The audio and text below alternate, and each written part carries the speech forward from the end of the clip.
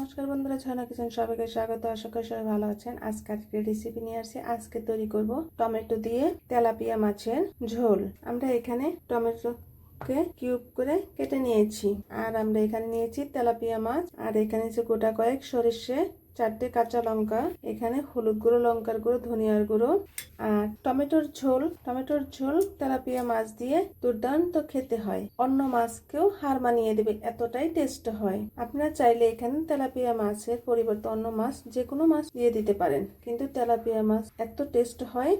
আমরা এখন মাছগুলো হলুদ এবং লঙ্কা, ধনিয়ার গুঁড়ো দিয়ে মাখিয়ে নিব।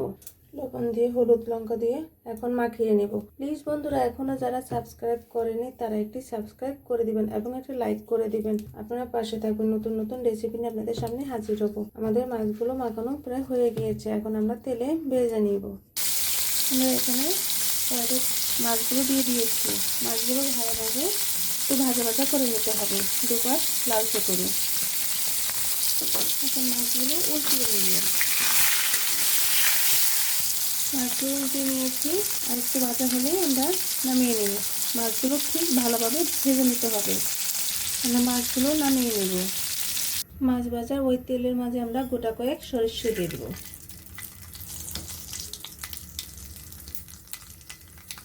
এবং টমেটোগুলো দিয়ে দেব। প্রয়োজন মতো লবণ, হলুদ, ধনিয়া এবং লঙ্কার গুঁড়ো দিয়ে দেব। এবং আমরা কাঁচা লঙ্কাগুলোকে তুলে দিয়ে দেব। আপনার ঝাল আপনার পছন্দ অনুযায়ী দিয়ে দেবেন, কিন্তু টমেটোর ঝোলে কাঁচা লঙ্কাটা ভালো লাগে এবং লঙ্কার গুঁড়োটা একটু কম দিয়ে কাঁচা লঙ্কা দিয়ে রান্না করবেন। এখন ভালোভাবে কষে নিতে হবে, ভালোভাবে এভাবে কষে নিতে হবে। আর 1 মিনিটের মতো আমরা কষিয়ে নিব। দেখুন বন্ধুরা, টমেটোগুলো কত সুন্দর গলে গিয়েছে। এখন শীতকাল, বাজারে প্রচুর পরিমাণে টমেটো পাওয়া যাচ্ছে এবং দামের দিক দিয়ে অনেক সস্তা। আপনারা এভাবে মাত্র একটু ফোড়ন দিয়ে রান্না করে নিতে পারেন এবং মজাদার টমেটোর ঝোল। আমাদের টমেটো তরকারিগুলো ঝোলগুলো কষানো হয়ে গিয়েছে টমেটোগুলো। এখন আমরা পরিমাণ মতো জল দিয়ে দিব। যেহেতু পাতলা ঝোল, আমাদের ঝোলের পরিমাণটা একটু বেশি দিতে হবে। টমেটো সারা বছরই কম বেশি পাওয়া যায়। আপনারা যে কোনো সময় এভাবে ঝটপট তৈরি করে নিতে পারেন পাতলা টমেটোর ঝোল। এখন বলক আসার জন্য অপেক্ষা করব। আমাদের টমেটোর ঝোলে বলক চলে আসছে। টমেটোর ঝোলটা যখন রান্না করবেন, ফুল পাওয়ারে গ্যাসের চাপটা বাড়িয়ে দিতে হবে। যত জোরে বলকাবে তত টেস্ট বেড়ে যাবে। এখন মাছের মাথাটা এর মাঝে দিয়ে দিব।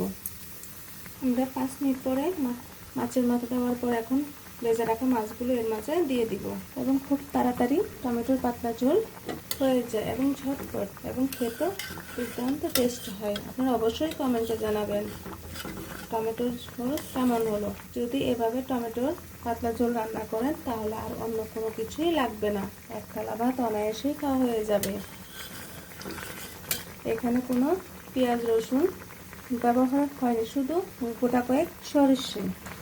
এখন আমরা নামানোর ঠিক 8 মুহূর্তে আধা চা চামচ পরিমাণের মতো ধনিয়ার গুঁড়ো দিয়ে দিব, তাহলে খেতে অনেক টেস্ট হয়। আমাদের পাতলা ঝোলটি হয়ে গিয়েছে, এখন আমরা নামিয়ে নেব। দেখুন বন্ধুরা, আমাদের তেলাপিয়া মাছ দিয়ে টমেটোর পাতলা ঝোল তৈরি হয়ে গেছে। কত সুন্দর দেখাচ্ছে, খেতে অনেক অনেক টেস্ট হয়েছে। আপনারা অবশ্যই কমেন্টে জানাবেন। ভিডিওটি দেখার জন্য ধন্যবাদ। Thank you.